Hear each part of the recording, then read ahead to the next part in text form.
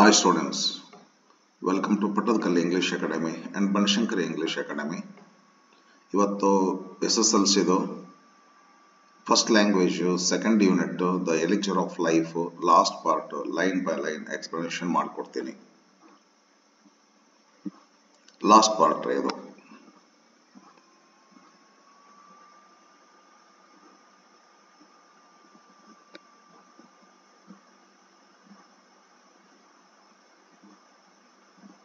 Twelfth paragraph ಇಂದ start ಆಗ್ತೈತಿ.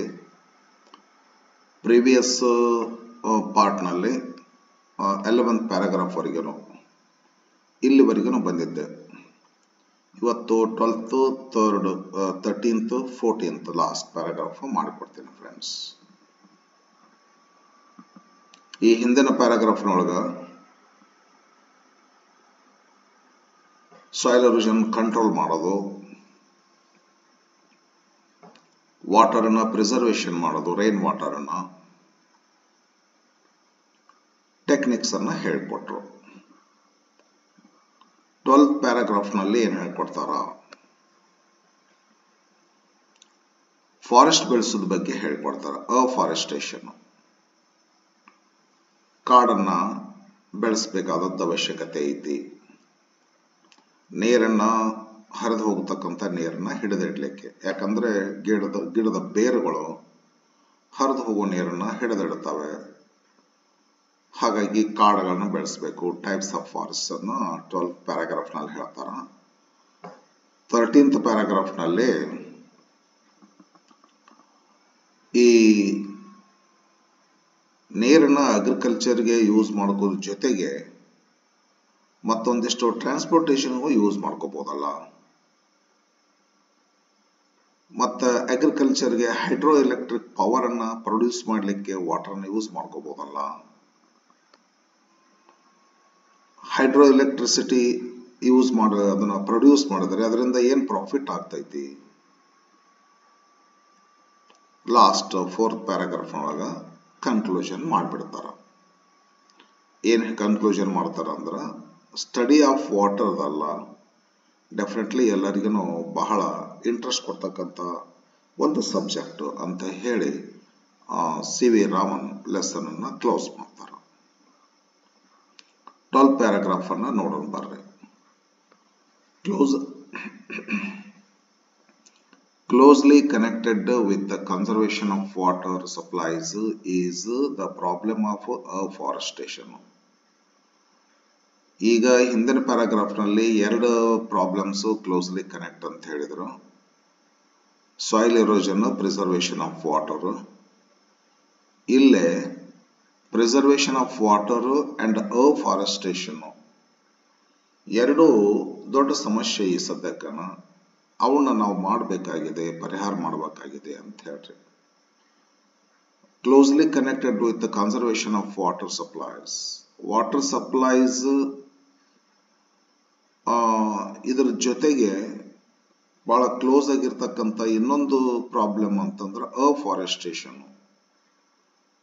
Afforestation ಅಂದ್ರೆ ಡಿಫಾರೆಸ್ಟೇಷನ್ ಅಪೋಸಿಟ್. ಇದು ಕಾಡುಗಳನ್ನ ಬೆಳೆಸೋದಿದು.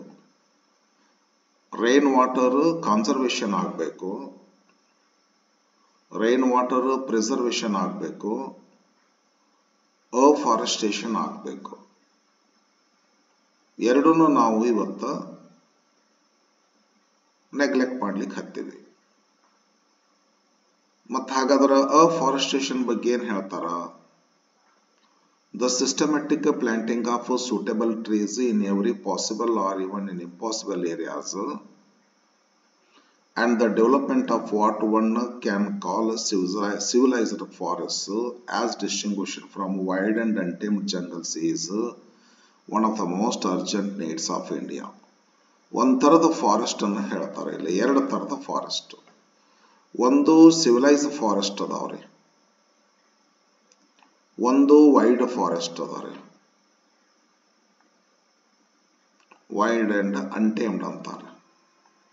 ಅಂದ್ರೆ ಯಾವುದು ಕಾಡು ತನ್ನಷ್ಟು ತಾನೇ ಬೆಳಿತಿರ್ತಲ್ಲ, ಅದಕ್ಕೆ ವೈಲ್ಡ್ ಅಂಡ್ ಅನ್ಟೇಮ್ಡ್ ಜಂಗಲ್ಸ್ ಅಂತ ಕರೀತಾರೆ. ಕೆಲವೊಂದು ಕಾಡನ್ನ ನಾವು ನಿಂತು ತೆಗೆದು ಅದು ಗಿಡ ಹಚ್ಚಿ ಅದನ್ನೆಲ್ಲ ಬೆಳೆಸಿ ಕಾಡುಗಳನ್ನ ಮಾಡ್ತೀವ್ರಿ. ಅದಕ್ಕೆ ಸಿವಿಲೈಸ್ಡ್ ಫಾರೆಸ್ಟ್ ಅಂತ ಕರೀತಾರೆ. ಈ ಒಂದು ಲೈನ್ಗಳಲ್ಲಿ ಸಿವಿಲೈಸ್ಡ್ ಫಾರೆಸ್ಟ್ ಹೆಂಗಿರುತ್ತೆ? ಈಗ ವೈಲ್ಡ್ ಫಾರೆಸ್ಟ್, ಅನ್ಟೇಮ್ಡ್ ಫಾರೆಸ್ಟ್ ಅಂದ್ರೆ ಗೊತ್ತು ನಿಮ್ಗೆ. ಈಗ ಆಚ ಕಡೆ ಕಾರವಾರ, ಮುಂಡಗೋಡ ಕಡೆ ತಾವೇ ದೊಡ್ಡ ಜಂಗಲ್ ಬೆಳಿತಾವಲ್ಲ, ಅಂತ ಜಂಗಲ್ಗೆ ವೈಲ್ಡ್ ಅಂಡ್ ಅನ್ಟೇಮ್ಡ್ ಜಂಗಲ್ಸ್ ಅಂತ ಕರೀತಾರೆ. ಈಗ ಸಿವಿಲೈಸ್ಡ್ ಫಾರೆಸ್ಟ್ ಅಂದ್ರೆ ಎಂತವ್ರಿ? The systematic planting of suitable trees. ನಾವು ಪ್ಲಾಂಟ್ ಮಾಡ್ತೀವ್ರಿ, ಪ್ಲಾಂಟ್ಸ್ ಅನ್ನ ಒಯ್ದು ಬಿಟ್ಟು ಅಡಿ ತೆಗೆದು ಆ ತೆಗ್ಗಿನೊಳಗಲ್ಲೇ ಇಟ್ಟು ನೀರ್ ಹಾಕಿ 3-4 ವರ್ಷ ಬೆಳೆಸ್ತೀವ್ರಿ. ಹೌದಲ್ಲ? ಸಿಸ್ಟಮೆಟಿಕ್ ಆಗಿ ಲೈನ್ ಬೈ ಲೈನ್. ಈಗ ಪ್ಲಾಟ್ ಮಾಡ್ತಾರಲ್ಲ, ಮನಿ ಕಟ್ಟುವಂತ ಪ್ಲಾಟ್, ಈಗ ಹೊಲ ಪ್ಲಾಟ್ ಮಾಡ್ತಾರಲ್ಲ, ಸಿಸ್ಟಮೆಟಿಕ್ ಆಗಿ 30-40, 30x40, 60x40 ಹೆಂಗ್ ಮಾಡ್ತಾರ, ಆ ತರಹ ಸಿಸ್ಟಮ್ಯಾಟಿಕ್ ಆಗಿ ಕಾಡೊಳಗೆ ಸಿಸ್ಟಮ್ಯಾಟಿಕ್ ಆಗಿ ಬೆಳೆಯೋದಿಲ್ರಿ ಅವು ಇವು ಗಿಡಗಳವ್ರಿ. ಅದಕ್ಕೆ ಅವಕ್ಕೆ ವೈಲ್ಡ್ ಅಂಡ್ ಅನ್ಟೇಮ್ಡ್. ಅನ್ಟೇಮ್ಡ್ ಅಂದ್ರೆ ಅವನ ಟೇಮ್ ಅಂದ್ರೆ ನಿಭಾಯಿಸೋದು, ಕಂಟ್ರೋಲ್ ಮಾಡೋದ್ರಿ. ಈಗ ಕುದುರೆ ಟೇಮ್ ಮಾಡ್ತಾರ ನೋಡ್ರಿ. ನಿಂದ್ರು ಅಂದ್ರೆ ನಿಂದಿರ್ತಾವ, ನಡಿ ಅಂದ್ರೆ ನಡೀತಾವ್ರಿ. ನಾವ್ ಹೇಳ್ದಂಗೆ ಕೇಳುವಂತ ಅದಕ್ಕೆ ಟೇಮ್ಡ್ ಅಂತ ಕರೀತಾರ. ನಾವ್ ಹೇಳ್ದಂತೆ ಬೆಳೆಯೋದಿಲ್ಲ ಕಾಡವ್ರೆ, ತಮ್ಮಷ್ಟು ತಾವೇ ಹೆಂಗ್ ಬೇಕಂಗ್ ಬೆಳಿತಾವೆ, ಅನ್ಸಿಸ್ಟಮ್ಯಾಟಿಕ್ ಆಗಿ ಬೆಳಿತಾವೆ. ಆ ಮುಂಡಗೋಡ ಕಾರವಾರದಲ್ಲಿರ್ತಕ್ಕಂಥ ಕಾಡುಗಳು, ಅಂತ ಕಾಡುಗಳಿಗೆ ಅನ್ಟೇಮ್ಡ್ ಅಥವಾ ವೈಲ್ಡ್ ಜಂಗಲ್ಸ್ ಅಂತ ಕರೀತಾರೆ. ಇಲ್ಲಿ ಮಾತಾಡಕತ್ತಿದ್ದು ಸಿವಿಲೈಸ್ಡ್ ಫಾರೆಸ್ಟ್. ಸಿವಿಲೈಸ್ಡ್ ಫಾರೆಸ್ಟ್ ಅಂತಂದ್ರೆ ಸಿಸ್ಟಮ್ಯಾಟಿಕ್ ಆಗಿ ಬೆಳೆಸ್ತೀವಿ ಗಿಡಗಳನ್ನ, ಲೈನ್ ಬೈ ಲೈನ್. ಈ ಹಿಂಗ ಲೈನ್, ಅಡ್ಡ ಲೈನ್, ಉದ್ದ ಲೈನ್, ಹಿಂಗತೆ ಗಿಡಗಳನ್ನ ಹಚ್ಚಿ ಸುಂದರವಾಗಿ ಅವನ ಲೈನ್ ಹಾಕಿ ಮೊದಲೇ, ಆನಂತರ ತೆಗೆದು ಅವನ ಗಿಡ ಬೆಳೆಸ್ತೇವ್ರಿ. ಸೆಲೆಕ್ಟೆಡ್ ಬೆಳೆಸ್ತೀವ್ರಿ. ಅವು ಎಂಥವು ಇರ್ಬೇಕಂದ್ರೆ ಸೂಟೇಬಲ್ ಟ್ರೀಸ್ ಇರ್ತಾವ್ರಿ. ಕಾಡ್ನಲ್ಲೇ ಹಂಗಲ್ಲ, ಸೂಟೇಬಲ್, ಅನ್ಸೂಟೇಬಲ್ ಎಲ್ಲವೂ ಬೆಳಿತಾವ್ರಿ. ಇದು ಸಿವಿಲೈಸ್ಡ್ ಫಾರೆಸ್ಟ್ನಾಗ ಅಂದ್ರೆ ಸಿಸ್ಟಮ್ಯಾಟಿಕ್ ಆಗಿರ್ತೈತಿ ಕಾಡು, ಅಂಡ್ ಸೂಟೇಬಲ್ ಟ್ರೀಸ್ ಇರ್ತಾವ್ರಿ.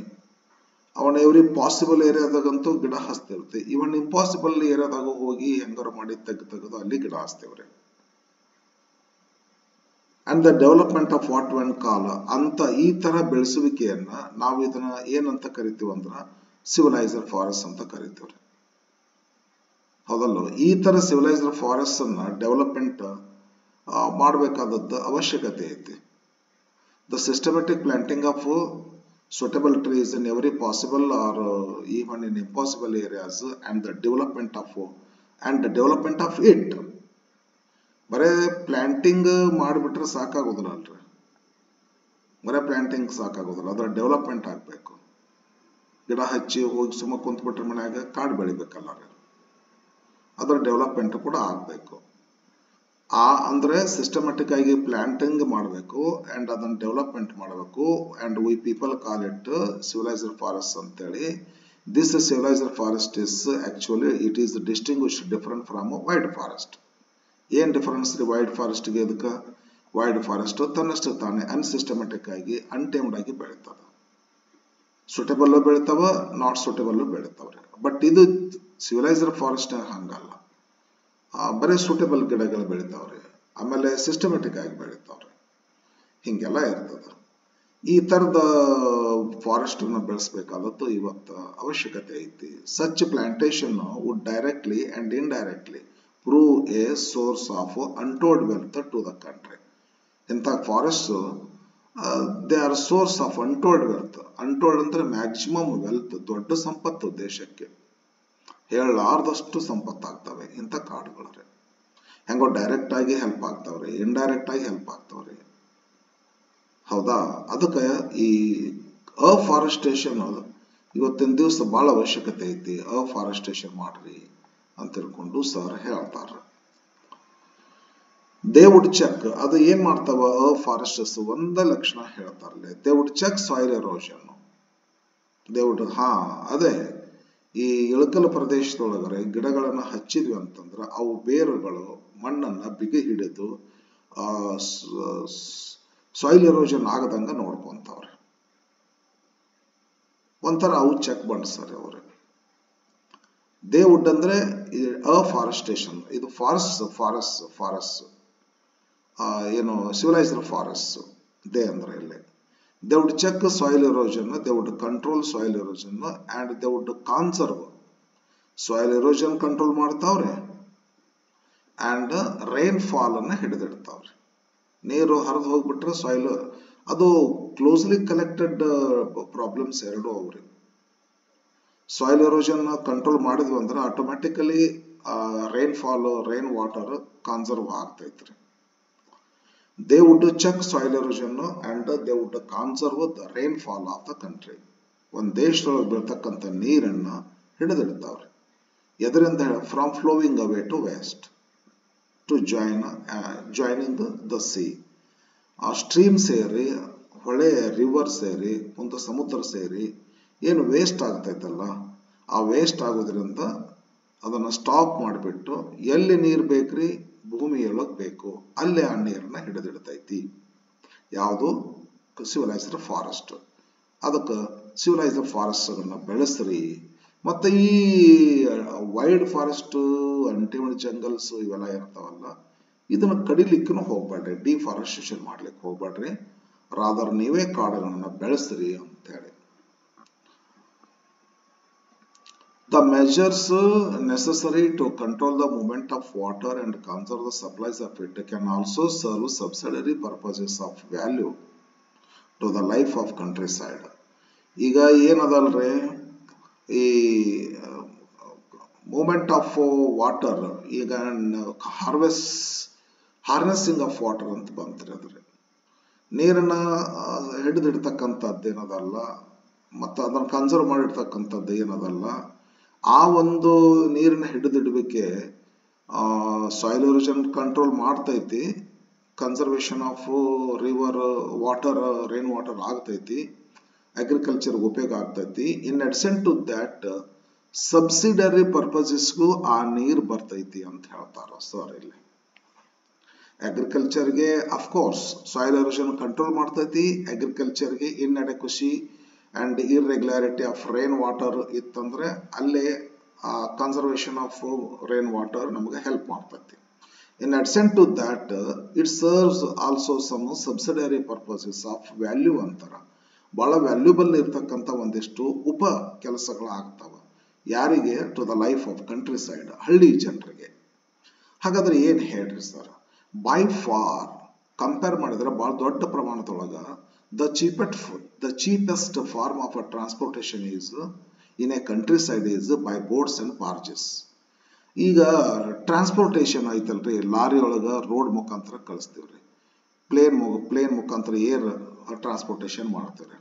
ಇವು ಎರಡುಗಳನ್ನು, ರೋಡು ಮತ್ತು ಏರ್ ಎರಡನ್ನೂ ಕಂಪೇರ್ ಮಾಡಿದ್ ನೋಡಿದ್ರ ಅಂದ್ರ water transportation by far the cheapest ಅದರಿ, ಬಹಳ ಸಸ್ತಾದಾಗ ಆಗ್ತೈತಿ. ದೊಡ್ಡ ಪ್ರಮಾಣದ ಹೆವಿ ಲೋಡ್ಗಳನ್ನ ನೀರಿನ ಮುಖಾಂತರ ಕಳಿಸ್ಬಹುದ್ರಿ. ಅದಕ್ಕೆ ಏನು ಹಾರ್ನೆಸ್ಸಿಂಗ್ ಆಫ್ ವಾಟರ್ ಮಾಡಿಕೊಂಡು, ಕೆನಲ್ಸ್ ಮಾಡಿಕೊಂಡು ಅದನ್ನ ಟ್ರಾನ್ಸ್ಪೋರ್ಟೇಷನ್ ಆಫ್ ಥಿಂಗ್ಸ್ ಯೂಸ್ ಮಾಡಬಹುದು. By far the cheapest form of transportation internal ಒಂದ್ ದೇಶದ ಒಳಗಡೆ transportation in a country is ಎದರದಿಂದ transportation by boats and barges. Boats ಮುಖಾಂತರ, ಬಾರ್ಜಸ್ ಅಂದ್ರೆ ಇವೆ ಈ ಗೂಡ್ಸ್ ಹಡಗುಗಳ್ರಿ. ಥ್ರೂ ಕ್ಯಾನಲ್ಸ್ ಅಂಡ್ ರಿವರ್ಸ್, ಕ್ಯಾನಲ್ಸ್ಗಳ ಮುಖಾಂತರ ನೀರು ಹರಿದು ಹೋಗ್ತಿರ್ತತಿ, ರಿವರ್ ಮುಖಾಂತರ ನೀರು ಹರಿದು ಹೋಗ್ತಿರ್ತತಿ. ಅದರೊಳಗೆ ದೊಡ್ಡ ಬಡ್ಡಿ ಒಗದ್ ಬಿಡೋದ್ರಿ, ತನ್ನ ತಾನೇ ತಗೊಂಡು ಹೋಗ್ತೈತಿ. ಅದಕ್ಕೇನು ಡೀಸೆಲ್ ಬೇಡ, ಪೆಟ್ರೋಲ್ ಬೇಡ. ಹಿಂಗ ನಾವೇನ್ ಮಾಡ್ಬೋದು ಅಂತಂದ್ರ ಹಾರ್ನೆಸ್ಸಿಂಗ್ ಆಫ್ ವಾಟರ್ ಅನ್ನ ನಾವು ಟ್ರಾನ್ಸ್ಪೋರ್ಟೇಷನ್ಗೆ ಬಳಸ್ಕೋಬಹುದು in a country. Okay, we hear much about programmes of rail and road construction.